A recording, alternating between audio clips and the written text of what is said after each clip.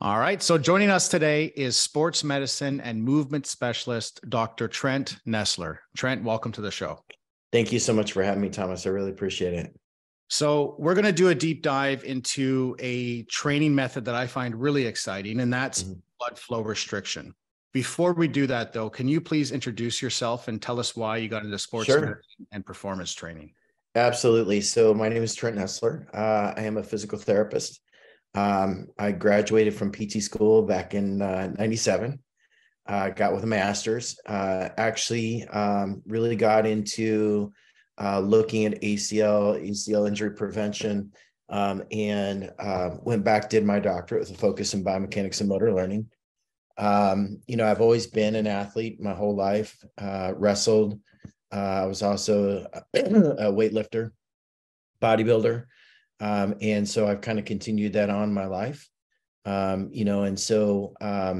me, dealing with athletes, I've always enjoyed working with every patient population. When I first came out of school, I worked in a nursing home. My father's a quadriplegic. That's how I originally got into physical therapy. I've got a special needs daughter, so I've dabbled in a lot of different things. But I always really enjoyed sports medicine. And I've really devoted probably the last 20 some odd years to ACL injury prevention. So I've been involved in a lot of work in ACL injury prevention, done a lot of research in that area. And that's really where I came across BFR. I was actually first introduced to BFR by a good friend of mine who's a PTATC for the Houston Texans. His name's Roland Ramirez. He's the head athletic trainer, and he introduced me to BFR probably about 10 years ago. It still wasn't really well known. He was using it with his football players, as a part of their ACL rehab. He was having just amazing results. He and I go back a long ways, and we would always kind of like share stuff with each other. And he's like, man, you really need to check this out. Like, this is fascinating stuff. And so we actually got on the phone with him and Johnny Owens, and still, this was like in the beginning phases of BFR, and I had no idea who Johnny Owens was, and he was just some PT at the Center for the Intrepid, at that time, knowing who he is today, right? It's totally different. But it was really kind of my first introduction to BFR. I had Roland, we were actually doing a sports medicine conference with Dr. Andrews and Kevin Wilk. And I had Roland come out and do a piece on BFR, and at that time, it was still fresh. It was still, really didn't know a whole lot about it, but we were getting really great results. And to where it is today, to me, it's been one of those things that's a game changer. I know that was a really long-winded answer to how did I get into sports, but I got into sports because I was an athlete. I'm still an athlete. I like to consider myself an athlete. Practice jujitsu. I treat a lot of combat athletes. That's the primary population that I deal with. So yeah, I've loved sports my whole life.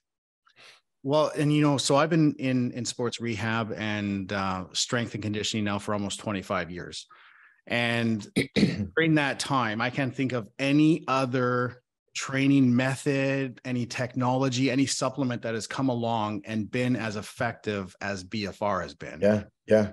And you would think with how effective it is that it would have this like super high tech origin, right? Like I imagine BFR was developed in an exercise physiology lab at Harvard or Stanford, but that's not how it happened, was it? No. Can you please tell us? No, yeah. So, it's funny because, it's interesting, like, as you start to see who some of these innovators are and like some of this stuff, like, and you get back into some of their methodology and how they started out, it's like, wow, like really? So this was Dr. Sato in Japan. He was actually a mixed martial artist, and he was sitting in a funeral, and he was sitting, on his knees, and he got up and he's like, my legs feel a little bit pumped up. He's like, I wonder if he was also a major weightlifter. He's like, so I wonder if I could do something with this. So he started taking bicycle tires and cutting them and then wrapping them around his legs and doing squats, and then was cutting his circulation off to the point that he actually put himself in the hospital, and the doctors are like, what in the world are you doing? But he was getting such a great pump out of it. He's like, I got to continue this. I got to figure out how to do this. And, and thank goodness that he did, because, he continued on to develop the Kaiatsu method, which back in that time, this is back in the 60s, and for some of our more mature therapists, if you remember back in the days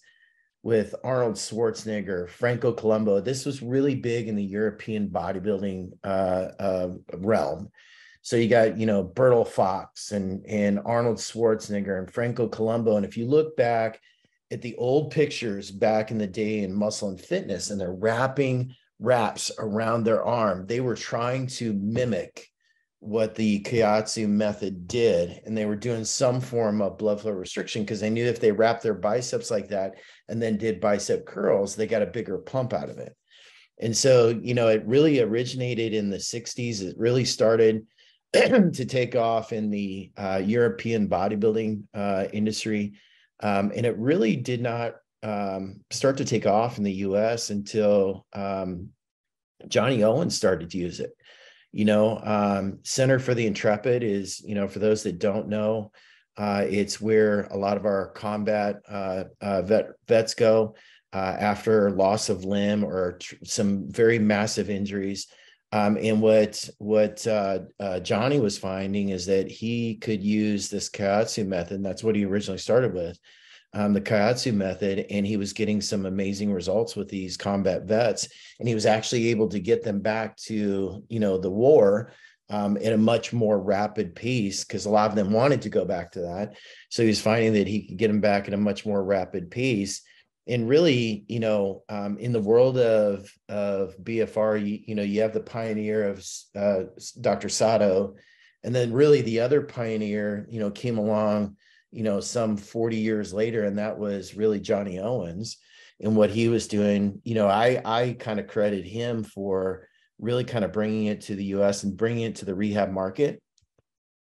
But one of the things I found that's very interesting, to me today, this should be a standard of practice for an ACL reconstruction.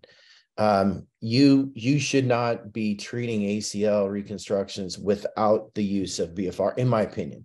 I've actually had some PTs get upset with me when I say that, because they're like, well, I don't do BFR because I think it's too dangerous, but I treat a lot of ACLs. Let me tell you the difference that it makes. So, I'm 54 years old. I suffered a massive mixed martial arts injury, multi-complex knee injury. I suffered a displaced fracture in my right hand. Knee injury was on my right side.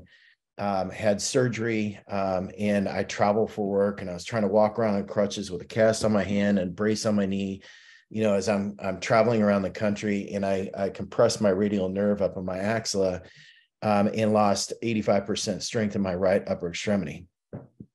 So the complexity of this, I had posterior horn tear, posterior to anterior, I had a MCL tear, I had a posterior lateral corner tear, I had a osteochondral defect on my femur, displaced fracture on my hand, neuropraxia. You would think, 50 at that time, 53 years old, you're like, you're not going back for at least a year. I was back on the mats at 4 months and competitive at 6 months. And at 6 months, I was doing single leg takedowns. I was doing, hopping around on my leg. You couldn't tell. And I credit that to the impact of BFR. I started BFR day 2 post-op. I was doing it with neuromuscular stem. I was Dr. Sato. Because I was in there, I started a frequency of 200 hertz and went all the way down to 50, which if you've not done 50 hertz on your own quad, it hurts bad. And I was doing it for massive numbers of sets, but what I found is that by doing BFR preoperatively and then doing it postoperatively, I did it for my hand, did it for my neuropraxia, did it with a lot of eccentrics, and I was doing neuromuscular stem with that as well. I had strength back in my arm back to normal at 3.5 weeks. That's amazing. My hand had healed enough that the hand surgeon thought he was going to have to pin it, because it split right down the center of the hamate and popped out of place. I had to relocate it back on the mat, and he thought that he was going to have to pin it in place. But I had 3 weeks of preoperative before I went into surgery, and I was doing BFR with that, and it healed enough and became stable enough that he didn't even have to pin it. So again, all of this I credit to BFR, but I was also applying the science. I mean, I was following the protocols. I was really harsh on my nutrition, really following good nutritional guidelines, really very cognizant of my hydration, which is what we don't talk about enough with BFR, is the importance of the nutritional component and the hydration component, because you are altering the chemical environment of your body with BFR. And if you maximize the chemical environment of your body while doing BFR, you're going to maximize your effect. So it's to me, BFR is a game changer. I had another one of my black belts ruptured bicep during an arm bar. Surgical case. This is a black belt, competitive black belt. You would expect him not to be back on the mats for at least 6 months. He was back on the mats getting arm barred at 3.5 months. And again, I attribute that to the fact that he followed the protocol. He followed exactly what I was telling him to do. And it made that much of a difference in the way that it works. Yeah. So I had I have a client who was scheduled for a knee replacement, and we used BFR as just sort of his pre-surgical strengthening to improve the rehab outcome afterwards.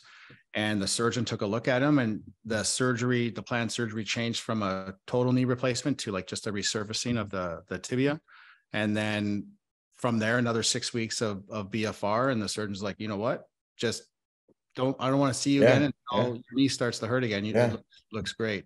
It's been absolutely amazing. So why don't you explain how it works? Yeah. So, and I'm glad we're going to have this discussion, because there is, in the PT field, there is, when people hear BFR, there's automatically this hesitancy, this fear of using it, because you're messing with blood flow, and like, my God, you're putting a tourniquet on somebody's arm and then you're having them exercise. Just seems crazy, right? But when you look at the science of it, so what you're doing is you put a cuff on, and we all know, your arteries have muscle to them, your veins do not. So when you put on the cuff and you're tightening the cuff up, what ends up happening is that the vein will collapse before the artery. Okay. So what happens is you're not occluding the blood flow into the muscle. You're occluding the blood coming out of the muscle. So what happens is you're doing a very low load. You're, doing 40% of 1 rep max.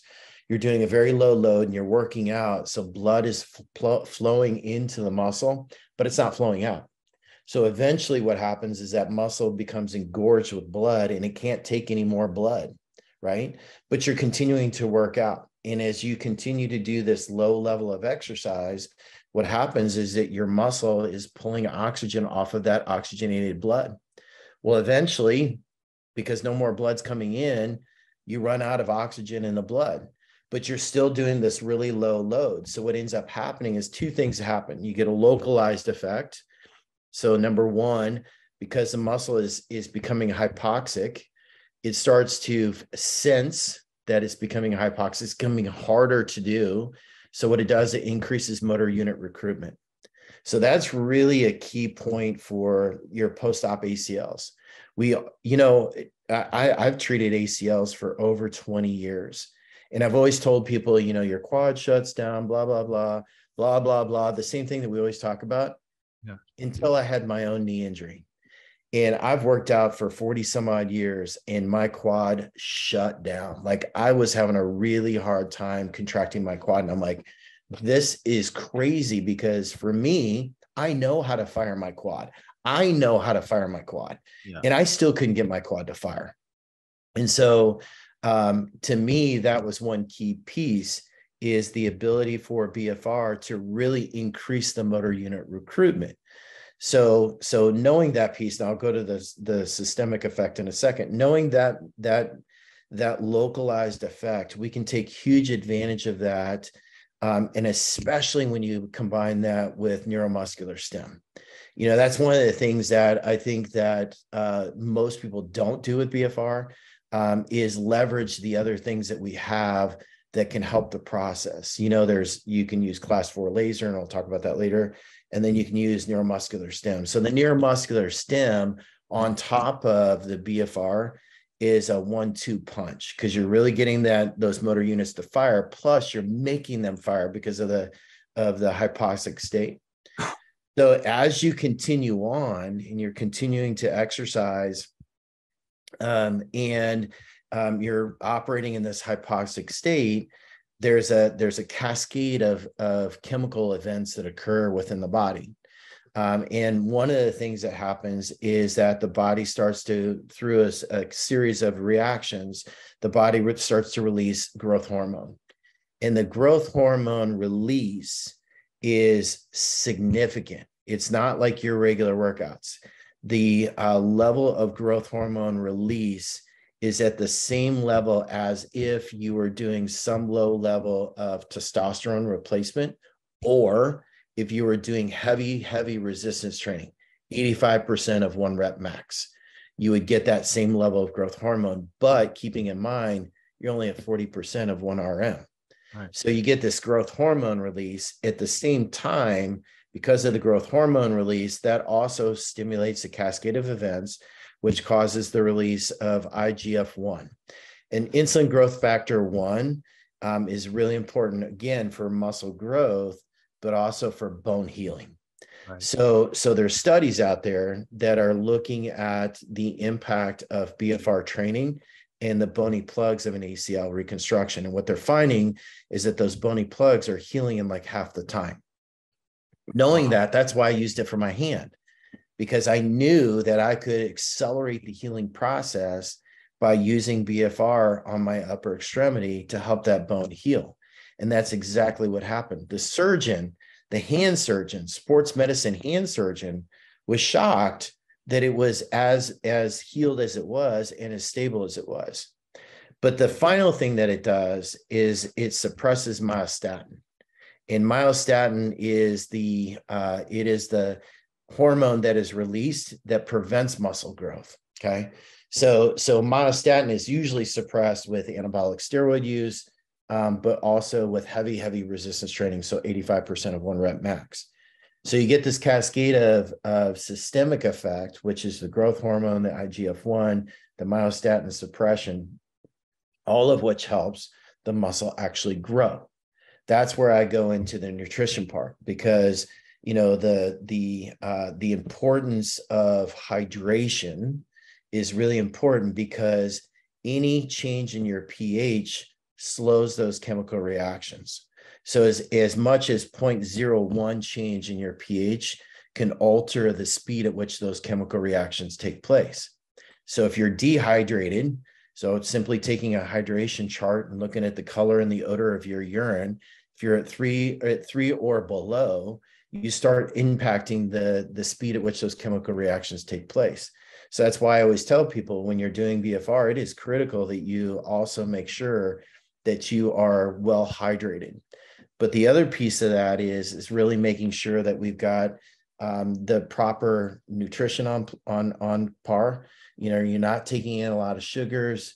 You're keeping your protein intake high. So your protein intake is high. Other things that you can do with that is creatine monohydrate, because creatine monohydrate actually it attaches to water and it pulls water into the cytoplasm. So it's an intracellular effect. And when you pull that hydration, or that water, that hydrogen ion into the cell, what that does, it helps to neutralize that chemical environment, speeds up the chemical reactions. What does all that mean? It means you heal faster. It means your muscle grows faster. It means you recover faster. All of those things that we want as a part of the rehab process. Right. Now that's an in-depth kind of piece of it, but the thing that we don't talk enough about is the nutrition and the hydration aspects of it. Well, so I'll just reiterate here for the people Yeah. listening. So we put blood flow restriction cuffs around our upper thighs and or upper arms to intentionally reduce blood flow during exercise. Yep. And by doing that, we increase a hormone called IGF-1 as well as growth hormone, and they work together to help bones heal, right? And muscle. And muscle. So then what kind of a impact would this have for people, say, who have joint issues like osteoarthritis or even rheumatoid arthritis? Yeah. The beauty of that is that for those folks, they can actually use BFR and not have the wear and tear on the joint. Because part of the challenge with strength training, especially with our mature individuals, I call it mature after 50, but our more mature individuals, is joint pain, right? And how do you strengthen somebody without, causing joint pain or pain? And the beauty of BFR is it allows you to train at such a low intensity or a low rep, 1 rep max, that you can still do that and not have the joint wear and tear. Now, that being said, a couple of things to be aware of is, number one, it's still very intense. I mean, it is still a very intense workout. So if you have those folks who can't tolerate exercise, who have a low tolerance for exercise, this is going to be intense for them. And then the second piece is if they're on any kind of blood thinners. If they are on any kind of blood thinners, and you do BFR, it's going to look like you punched them in the arm, because they're going to get some black and blue with it because of the cuff itself and the pressure of the cuff itself.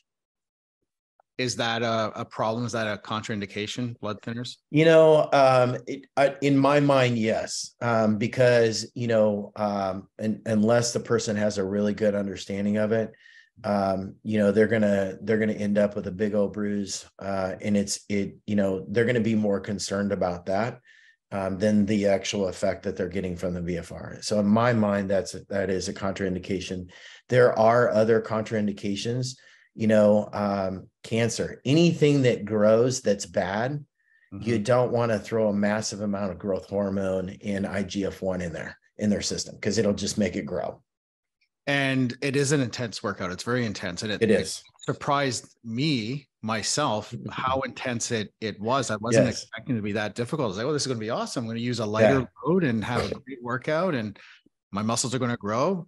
But you are working hard, and I find it actually very rewarding. Like, I really enjoy the workouts. Yeah. I'll tell you is, a good story. I have, he's one of our 3rd degree black belts. He's a big dude. He was a power lifter for the Russian Olympic team, and he's always been a power lifter. Now he's in his 40s, he's still trying to power lift and do jujitsu at the same time, which is not a good combination for your joints. That being said, when I first introduced him to BFR, and this is a massive man, no neck, he's just, and he's, and he's like, yeah, whatever. Like, I'm going to do 40% of 1 rep max, and that's going to make me work out. So I gave him some cuffs. I'm like, do it for me. Give me at least 6 weeks. And you don't need 6 weeks. You really only need about 3 weeks to see an effect. At the end of 6 weeks, he actually sent me a message on Facebook, and he's like, holy cow, dude. He's like, I can't believe how much better my joints feel and what a great pump I'm getting. And as a jiu-jitsu athlete, I gave him a cardiovascular protocol, and how much it improved his lactic acid threshold and what it did for his VO2 max on the mat. He was shocked at how much better he was lasting, because our rounds are typically about 6 minutes, so a 6 or a 10-minute round. He wasn't gassed at the end of that, at the end of that round. So one of the things that I noticed, which I found really interesting, so I was using about like 30 to 40% of my 1 rep max doing the protocol, which we'll talk about the protocol here in a little bit. And I did that for 4 weeks. And then I tested my 1 rep max again, and I was stronger. Yeah. And I hadn't lifted any heavy weights in a month, and I was stronger, which blew my mind. Isn't that crazy? I was so impressed with the results. Well, and part of that has to go with the fact that you're recruiting more of the muscle. Right. Keeping in mind, you're doing 2 things. You're tricking the system, and you're getting the muscle to recruit, because that's what heavy resistance training does, right? That's why you can lift more, because you're recruiting more of the muscle, number one. And at the same time, with heavy resistance training, you're also throwing in this massive amount of growth hormone and IGF-1 to make it grow bigger, right? But now you're doing all of that without the actual heavy resistance. Now, that being said, what I always tell my athletes, especially for, my athletes that are required to move a lot of weight, if they are a power lifter, you still have to get under a heavy bar every once in a while. Right. This is not going to replace that. You still have to get under a heavy bar. But at the same time, it's a great supplement. Yeah. And there's a lot of Olympic and professional athletes. I know the NFL is really big on this now as well to enhance athletic performance. And so is that how primarily it enhances athletic performance, is through increased recruitment and increased growth? So increased recruitment, there's a lot of studies out there that show that you can improve your sprint speed. So you can do sprints with BFR on, and sprinting at 40% of your sprint max, and still get an improvement, just like your lifts in your sprint speed. So again, I use it a lot for performance enhancement, especially in my martial artist, because what I find is I'll have them do BFR in doing single leg shots. And the cool part is what I see is that the speed and the power of those single leg shots improve. So when they come across, they're coming across a lot faster, and they're hitting the person with a lot more force, which means success and takedown. So it promotes tissue healing and bone healing. It increases muscle size, increases strength. You touched on the cardiovascular fitness. How does it improve VO2 max and cardiovascular fitness? Yeah, it's the same effect. You typically will exercise at 40% to 50% of your VO2 max. The easiest thing, there are a lot of studies that correlate ratings of perceived exertion to VO2 max. So I will have people use ratings of perceived exertion, where you add on your RPE. I'm a 4 or 5, you're at 40 to 50%. And then I'll have them do that for 5 minutes with their pressure on. And then you release the pressure for 5 minutes and keep riding. And then put the pressure back on for 5 minutes, and then take the pressure off for 5 minutes, and keep doing that cycle for 30 minutes. And again, what the study shows is that it improves your VO2 max. What I found is that the whole time that I was off for my surgeries and my rehab, I was doing those cardiovascular protocols the whole way through. And what I found is that because one of the big things for us, again, our rounds are typically, for those of you that have not seen a jiu-jitsu match, it's like wrestling with joint manipulation. And our rounds, unlike wrestling rounds are 3 minutes. Our rounds are anywhere from 6. They can go, depending on the competition, up to 20 minutes. So when you go in there, our average training time is 10-minute rounds. But I was able to go back to the mat and not be completely gassed. I was shocked, and again, as a mature athlete, that was surprising to me. Yeah. And I've been using them on my walks. Like, we go for a walk in the evening. Absolutely. I put them on, and it's interesting because I used to run a lot, and I really enjoy running. I enjoy the way it makes me feel while I'm running. And I should have known better, because I had the experience with the resistance training, but I'm on my walk and I'm huffing and puffing like I'm jogging, and I'm getting the same sort of endorphin release Right. and I'm just out for a walk. Yeah. It was awesome. Well, and the other cool part of that is you can dial up and dial down the intensity. If you're walking and you have cuffs on your legs, that's going to be a very different intensity than if you have cuffs on your arms and legs. Right. Because even without arm swing, even if you've got the cuffs on 4 limbs versus 2 limbs, you're going to get an increased effect. So the beauty of BFR is you can dial up and dial down intensity, not just by resistance, not just by pressure, but by how many cuffs you actually have on your body. What would be the implications for heart health? Anything that it can improve VO2 max. I think that anything that can impact your cardiovascular system is going to have a great effect. And that's, you were talking about, you used to love to run. I used to love to run, but unfortunately, my age, my knees just can't take anymore. I've been squatting since I was 10 years old. My knees just can't take that wear and tear anymore. So for me, what it allows me to do is to do less intense, less joint intense stuff and still get the improvement in the VO2 max. Right. So improving my overall heart health at the same time, which, and again, as we mature in life, unfortunately, these things do catch up with you. I when I was in my 20s and 30s weightlifting, people used to tell me, "Oh, you're not going to be able to do that forever." And I'm like, "Well, you're not me. I will do it forever." Well, now I'm finding a way to do it forever. Yeah. But I'm just having to really modify. And that's one of the things that I've been researching a lot lately, and it's part because I'm getting older myself, is aging and how we can use exercise to counteract and in some cases even reverse some of the negative effects of aging. And so how would BFR fit into that? And how can BFR be used to benefit the older population? Yeah. And especially for my male athletes, I talked a lot to my male athletes about the leverage of BFR, maximizing the hydration, maximizing the nutrition. I mentioned to you the athlete that I had that had the bicep rupture. He's actually a military vet. He gets blood work on a monthly basis through the VA.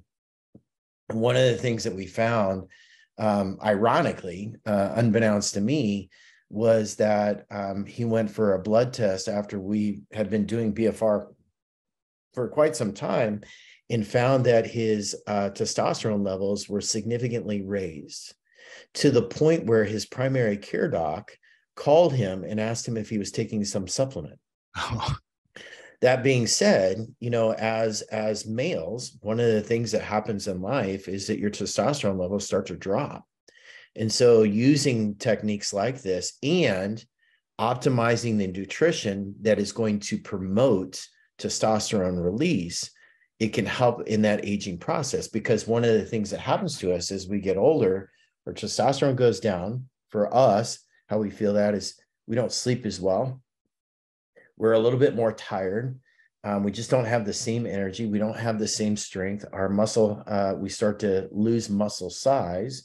And so by using and leveraging BFR, leveraging proper nutrition, and I've even had some of my older competitive athletes even do TRT replacement and BFR at the same time and optimizing the nutrition. And it's a bang, bang, bang, bang. So it's, the interesting thing to me is that with the science that we have available to us today, what we would traditionally start to experience in our 50s and 60s, you can offset a lot of that, Yeah. In terms of nutrition, what kind of metrics are you generally recommending in terms of like protein per day or carbohydrates per day? Obviously that's going to change with activity. Yeah. I what I typically do is I have people do a food log for me. I have them do a food log for 3 days, and then I go through that and we, calculate out their carbohydrates, their proteins, et cetera. Instead of giving people guidelines on like, you should have 30% carbs, 50% protein, whatever. What I try to do is really take a critical look and see where their opportunities are, without drastically changing it, so that people stick to it a little bit better.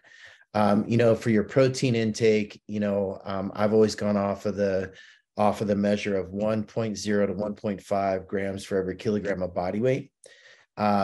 That being said, when you're taking, so for me, I'm taking a little bit over 200 grams of protein a day. But for me, and just like most people, you want to make sure that you're also becoming very hydrated when you do that. Because if you don't do that, there's a measure that they do when they do your blood test. It's called the BUN, bilirubin urea nitrogen levels, which gives good indication of overall internal health.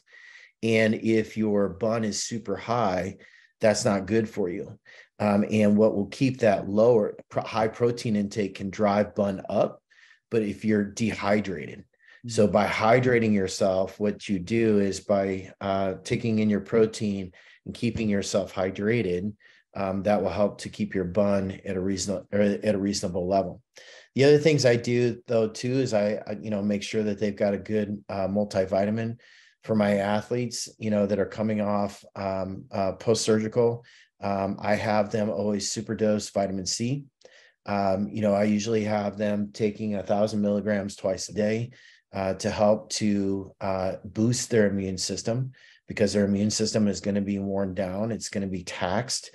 The exercise, as we all know, when you exercise, your immune system drops first and then it comes back up, right? So just post-exercise, it can dip. What studies show is that when you're in rehab, that dip is a little bit greater. So boosting that vitamin C to really boost up their immune system response. Also vitamin D, keeping their vitamin D high. And then also fulvic acid. Fulvic acid is really good for the reparative process. And so making sure that they're getting some kind of fulvic acid supplementation. What about the brain? Is there any evidence to suggest that BFR can be an effective strategy for cognitive improvement? There's not research on BFR in the brain, but there's a lot of research on exercise in the brain. We also know that as you improve or increase intensity of exercise, that there's a benefit to brain health, right? Just like anything. And so, again, not specific to BFR, there's not specific research on that. But if we take that thought process, we take that research from exercise and what we know about BFR, I would absolutely think that by using BFR and leveraging BFR, you're going to get that same kind of brain health impact to it. So let's get into the protocols here now. And we'll separate into the resistance side of things and the aerobic side of things. In terms of sets, reps, and all of that, what? Yeah. So that is probably the biggest mistake that physical therapists do. So matter of fact, I saw not too long ago, I saw one of my jiu-jitsu athletes came in, had an ACL reconstruction, and he had been getting physical therapy. And, I asked him, I'm like, so are you doing BFR? Yeah, I'm doing BFR. How much of your routine are you doing BFR for? I'd say it's probably at least 50% of his routine was BFR. So I'm like, great. So you should look pretty good. It comes in, his quad is horrible. I'm like, what in the world is going on? I don't understand this. So you're using BFR. So what I did is I put BFR on him, put a cuff on him, and I had him just do something as simple as some quad sets. Now, the rep sequence, there's 2 rep sequences you can use: 30 reps, 30-second rest, 15 reps, 30-second rest, 15 reps, 30-second rest, 15 reps, release the pressure. 75 reps. That 75 reps is 1 set. Okay. So the next sequence is 30 reps, 30-second rest, 30 reps, 30-second rest, 30 reps, release the pressure. The rest time in between your sets should be 60 seconds or less. So what I found out is that his therapist was doing 30, 15, 15, 15, 15. That was it for that exercise. Well, you've only done 1 set. Studies show that you have to do 4 to 6 sets. Okay. So in order to get the effect, you got to do 4 to 6 sets of that. So they weren't even tapping into the full physiological effect yet, right? Because they were only doing one set like that. So when you do it, for me, for example, I like 30-30-30 a lot, because what it allows me to do is really to attack a whole body part. So let's say I'm going to do legs, maybe I'm just throwing this out there. Maybe I do 30 squats, 30-second rest, 30 leg extension, 30-second rest, 30 hamstring curls, and then release the pressure. Now I can go through an entire leg workout in like 8 minutes. Right. And your legs are trashed, right? So the beauty of that is that what it does then is it takes the session, and you can reduce the length of the session and make it so much more intense. So that's the rep sequence for strength and conditioning. Now, if you're looking at cardio, it's 5 minutes on, 5 minutes off, 5 minutes on, 5 minutes off for a cycle of 30 minutes. Okay. I've done as much as 40 minutes, 5 on, 5 off, 5 on, 5 off. And I'll do it for a lot of different things. So I'll do it for the bike. So I'll have them on the bike, or I'll have them on the elliptical. I don't usually do it on the treadmill because I find that their legs get so tired. I sometimes worry they're going to do a face plant on the treadmill. Right. But what I will do is I'll also do, for like my jujitsu people, we'll do 3 minutes of grip fighting and then 2 minutes of single leg shots. So you got 4 cuffs on and you're doing grip fighting for 3 minutes, and then you're doing some single leg shots at the end, and then you release the pressure, and then you repeat that cycle, and then put the pressure back on and repeat that cycle. So there's a lot of different ways that you can use that. When I first started out, I was like Dr. Sato. I put cuffs on my arms and my legs, and I tried to do a 5-minute roll session with my son. After about 2 minutes, when I can't pick up my arm, it's not good to defend yourself against a choke against your 16-year-old son. Needless to say, I learned my lesson. But there are a lot of different ways. You can be very creative with BFR. The other thing is that, there's such a fear around BFR because it's blood flow restriction. I use a cuff that does not fully occlude. And the reason I use that cuff is because, one, it does not fully occlude, so it's safer to use. And it's so versatile. So I can give it to an athlete and I can have them do their exercise routine at the gym, and I know they're not going to mess themselves up, because we all know those athletes that, if 80% occlusion is good, 100% is going to be awesome. Right. Yeah. So the beauty of the cuffs that I use allows me that versatility with it and the functionality of it, that I can give it to them to do as a part of their program. I use it with my jiu-jitsu athletes to improve. I give it them as a part of their workouts, and as a part of their training routine. So it's, you can be super duper creative. As you saw in the course, I do a lot of plyometric stuff with it. I do blaze pod stuff with it. For those that aren't familiar, blaze pods are some kind of light reaction pods. I do boxing drills with it. I do jiu-jitsu drills with it. Beyond just your regular leg extension, short arc quads, leg raises, that kind of stuff. Right. And I just want to reiterate, just for the people listening, with the protocol for the resistance training. So one set would be 30 reps, 30 seconds rest, 15 reps, 30 seconds rest, 15 reps, 30 seconds rest, 15 reps. And then you take a 60-second rest, and then with the pressure off. Yeah. And then you repeat that. Yeah. Or 6 times. Yeah. And it is intense. It is very intense. Yeah. And the studies show that you will get muscle hypertrophy in 3 to 4 weeks. Yeah. You literally get muscle hypertrophy in half the time of what normally happens. And that's huge. Tell us about the course. Cause I'll say, I took your course, and it was, you're such a great communicator, as everybody can tell already, but your course is amazing. If there's physical therapists listening, anybody who works in sports medicine, or really anybody who's just kind of like a workout guy, and Yeah. wants to learn more, where can they find your course? Yeah, so it's through Northeastern Seminars, and it is a BFR certification course offered through Northeastern Seminars through a partnership through the University of Tennessee. So it is for CEUs as well as a certification. There is a lot of online pieces to it. So there's some pre-recorded. Dr. Paulos does some. Kevin Wilk does some. David does some. I do some.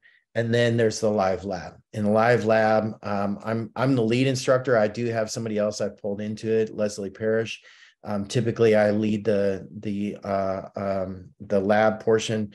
Lab portion, I go through, review the current literature related to BFR. We do some didactic, and then the rest of the time is basically applying BFR. As a part of the course, you actually get some BFR cuffs. And it was important for me as a part of that course for people to experience it, to feel it. So we go through a lot of exercise. I have you try the exercise. I always have a subject with me who goes through the exercises and demonstrates, and then I have people repeat that. Yeah, and it is a really great course. I highly recommend it. Like I said, I went through it myself. I learned a ton. In terms of the cuffs, so I use the Smart Tools cuffs. I absolutely love them, but they probably are out of some people's price range. Sure. Yep. What cuffs do you recommend for most people? Yeah, for most of the people that I'm dealing with, non-clinicians, they're usually athletes. I use the rock cuff. The reason I use the rock cuff, again, they include their cuffs as a part of the course. So there's that piece in full transparency. But the other piece is I've been with them since their first design. So I've been a part of their overall design, and does not fully occlude. It does give great compression. You get the same exact results, and it's consistent, and it's safe. That's a big part for me is I don't want people to just be able to experience this in my clinic, in my setting. I want them to experience that outside of that. So I want them to be able to use this as a part of your gym routine. So most of the people that I see will end up walking out with a pair of cuffs as a part of the things that they're going to do as a part of their routine. Yeah. And where can people find you? What's your website and your social media? Yeah. So my social media is BJJPT, BJJPT_ACL guy. And then that's my Instagram. And then my website is Dr. Nessler.com. And there's some information about some of our ACL research, some of our ACL work. We have a wearable sensor technology that we developed, and et cetera. So, and actually, I want to have you on again to talk about, maybe just touch a little bit on the product that you've designed. Yeah.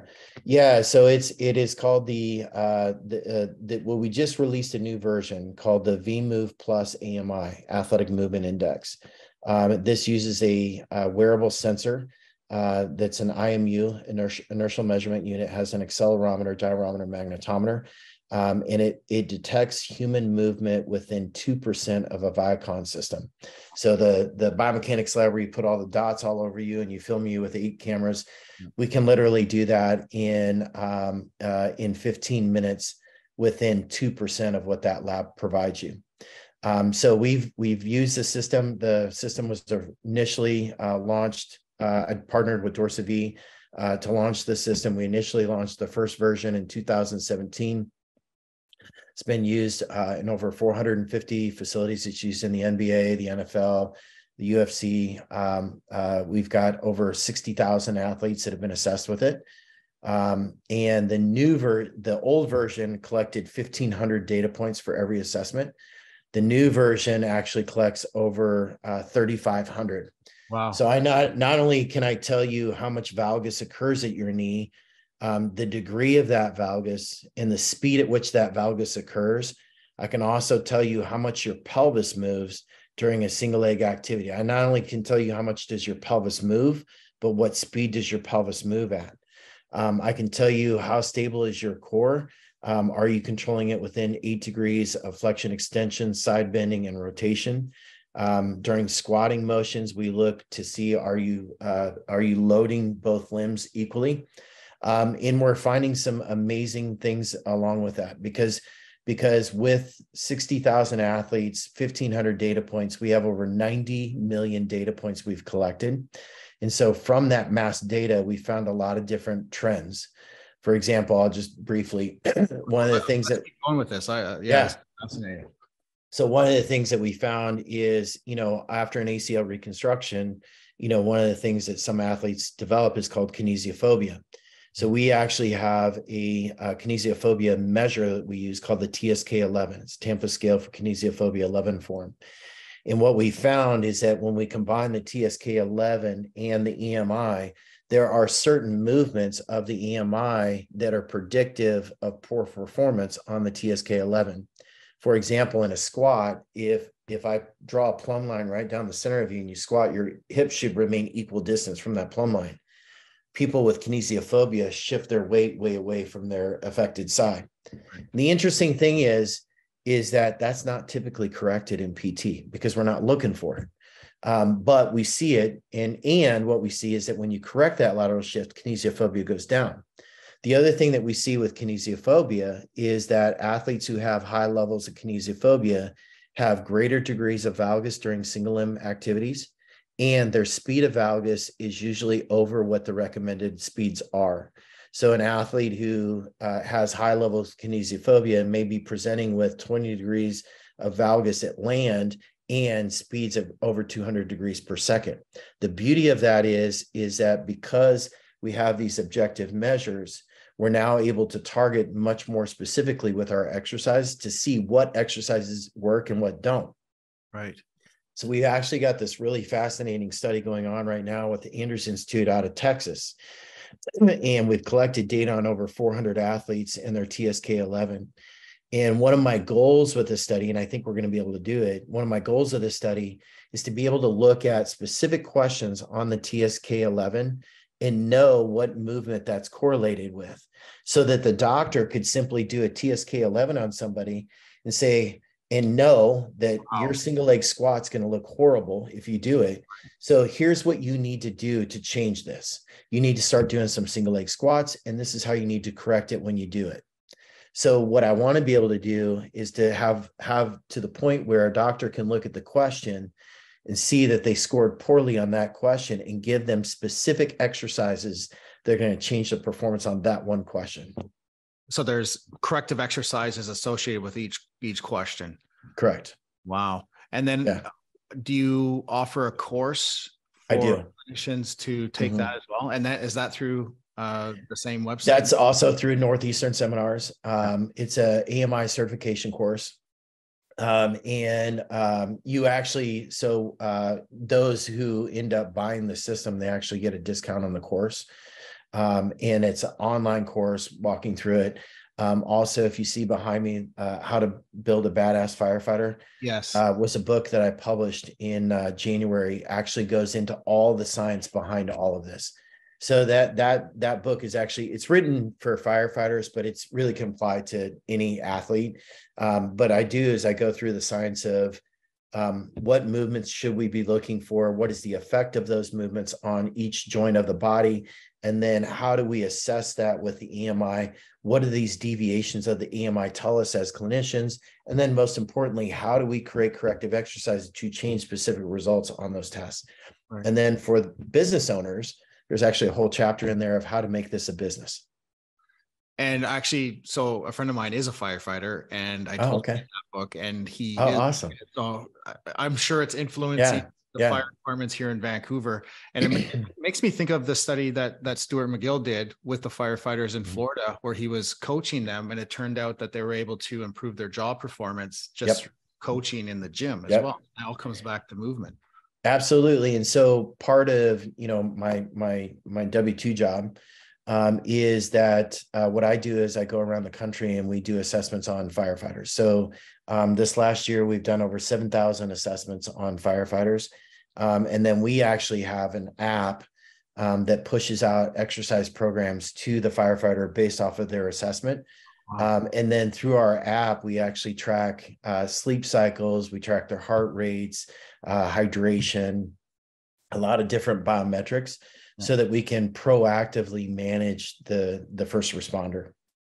Can firefighters or first responders have an assessment like that done online? They can't have it done online because you actually have to place the sensors on the individual. You know, I hope to someday that we'll get to that point. The new version of the technology is super advanced compared to where we started. The goal is eventually to, I developed it for mass physicals, thinking sports, Right. and in sports, your biggest team is football of 110 football players. Well, now I go to a department and our mid-sized department is 2,000 firefighters.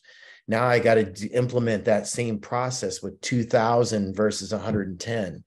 So we've got it down to where we're processing about 100 people a day with the assessments. That being said, we're looking at departments of 10,000. So my goal is to work with my technology partner, which is Dorsa V, to get the technology to a point where we can start doing 5 people at one time versus, the way that we currently do it, which is one-on-one. Yeah. And any plans of coming to Canada to do that? Because that sounds really exciting. Well, I tell you, there is a couple of clinics in Canada now that actually have the technology and are using the technology. So yeah, it's the beauty of it is, as a clinician, you can collect data on every single ACL that you see, and if you see ACLs from other competitors, and I write this in the book about how you can leverage the technology for a competitive edge. But if you see ACLs from other competitors, you can actually compare your outcomes to your competitors. Right. And more importantly, is you can show your doctors the difference in those outcomes. Well, this has been absolutely awesome, Trent. Thank you so much for doing this. And I know everybody listening is blown away by your knowledge and communication. Well, thank you. Thank you very much. I appreciate it. Absolutely. Thank you, Thomas. Thanks for having me.